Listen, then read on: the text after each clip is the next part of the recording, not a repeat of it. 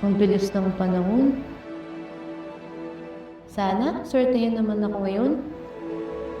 Sana magkaroon ako ng bagong perk para naman makapag-travel na ako sa dream destination ko.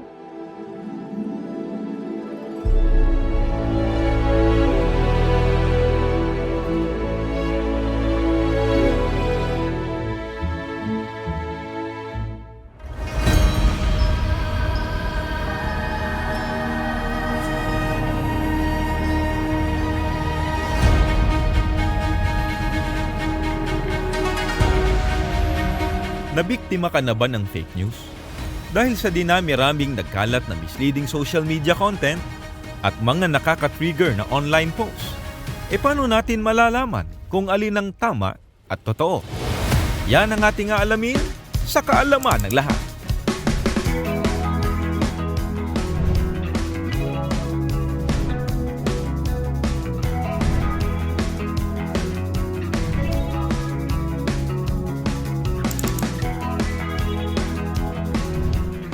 Kumusta po kayo mga kaibigan? Bawat tao ay naghahangad ng magandang kinabukasan. Kaya nga, ang iba ay nangangarap na sana sila naman daw ay swertihin. Kaya ang ilan ay may tinatawag na pampaswerte o lucky charm.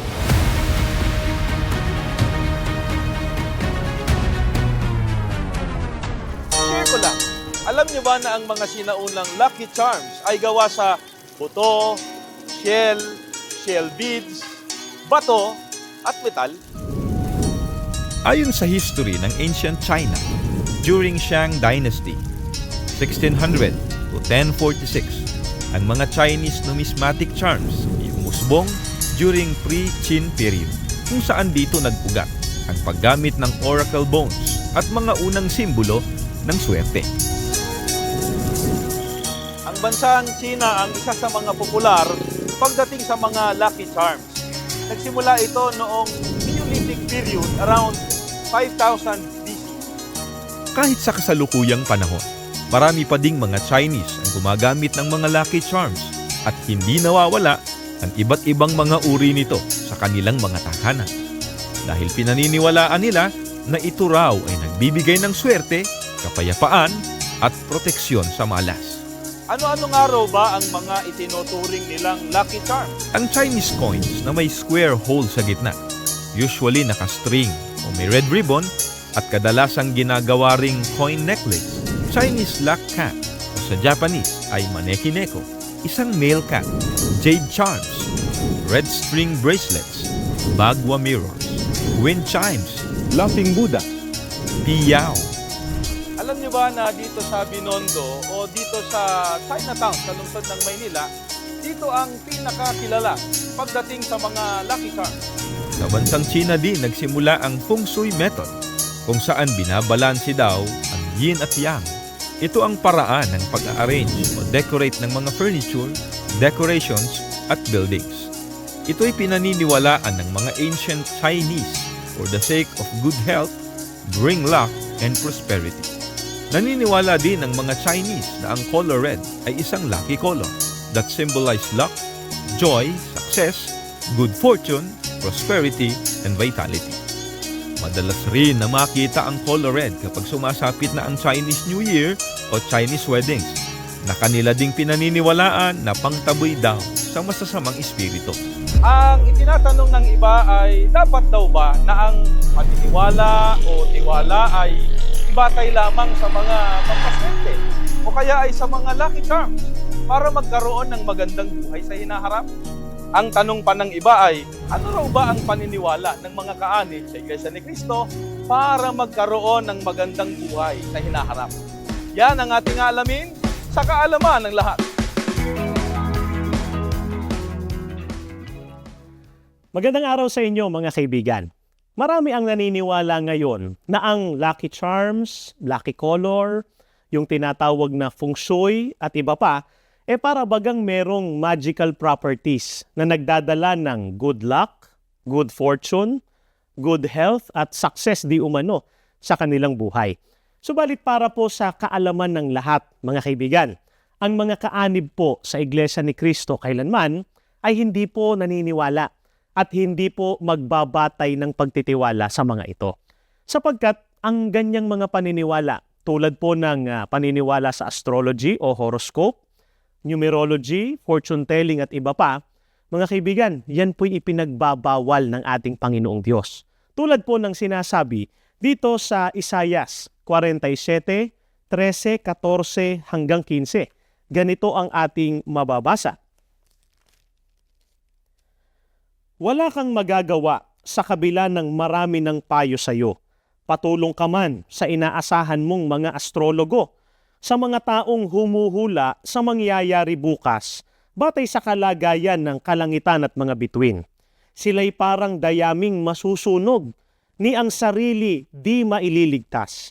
Walang maitutulong sa iyo ang mga salamangkero na hinihingan mo ng payo sa buong buhay mo. At ito rin po ang sinasabi ng Panginoong Diyos tungkol naman sa mga tinatawag na lucky o magic charms. At yan ay nakasulat, mga kaibigan, dito po sa Ezekiel 13, 18 at 20 mula po sa New International Version. Ganitong nakasulat. This is what the sovereign Lord says. Woe to the women who sew magic charms on all their wrists and make veils of various lengths for their heads in order to ensnare people. I am against your magic charms with which you ensnare people like birds, and I will tear them from your arms. Mga kaibigan, kailanman po ay hindi dapat ibatay ng tao ang kanyang pagtitiwala sa lucky charms at mga katulad po nito. Sapagkat kung napansin po ninyo mga kaibigan, labag po yun sa Biblia at labag sa kalooban ng Diyos ang paggamit po ng mga gayon. Bakit po? Kanino po ba nanggagaling lahat ng mabubuting bagay na gusto nating matamo sa ating buhay? Sa lucky charms ba mga kaibigan? Mabuti po ay basahin natin ang nakasulat sa unang Kronika 29:11 hanggang 12. Ganito po ang pahayag. Iyo o Panginoon ang kadakilaan at ang kapangyarihan at ang kaluwalhatian at ang pagtatagumpay at ang karangalan, sapagkat lahat na nangasa langit at nangasa lupa ay iyo. Iyo ang kaharian o Panginoon at ikaw ay nataas na Pangulo sa lahat. Ang mga kayamanan at gayon din ang karangalan ay nangagmumula sa iyo at ikaw ang nagpupuno sa lahat. At nasa iyong kamay ang kapangyarihan at kalakasan at nasa iyong kamay ang pagpapadakila at pagpapalakas sa lahat. Mga kaibigan, napansin po ba ninyo? Sa Diyos po nanggagaling ang lahat ng mabubuting bagay sa atin pong buhay. Ano po bang gusto ninyo mga kaibigan? Tagumpay o success? Kayamanan o good fortune o prosperity? Kalakasan o good health? Ano man yung mabuting bagay na yan? Sa Diyos po yan nagmumula. Hindi po sa lucky charms o kaya sa mga katulad yan. Kaya, kanino tayo dapat magtiwala ngayon? Sa mga lucky charms ba? Basahin po natin. Itong nakasulat sa Kawikaan 16 ang talata po ay 3. Ganito naman po ang pagtuturo ng banal na kasulatan sa atin. Dinggin po ninyo ito. Itiwala mo kay Yahweh ang iyong mga gagawin at magtatagumpay ka sa lahat mong layunin. Mga kaibigan, sa Diyos tayo dapat maglagak ng pagtitiwala.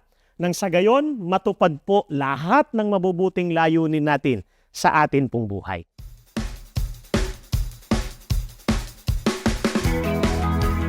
Ngayon ay alam niyo na kung anong aral ng Biblia na sinasampalatayanan ng mga kaanib sa Iglesia ni Cristo tungkol sa kung papaanong ang tao ay magkakaroon ng magandang buhay.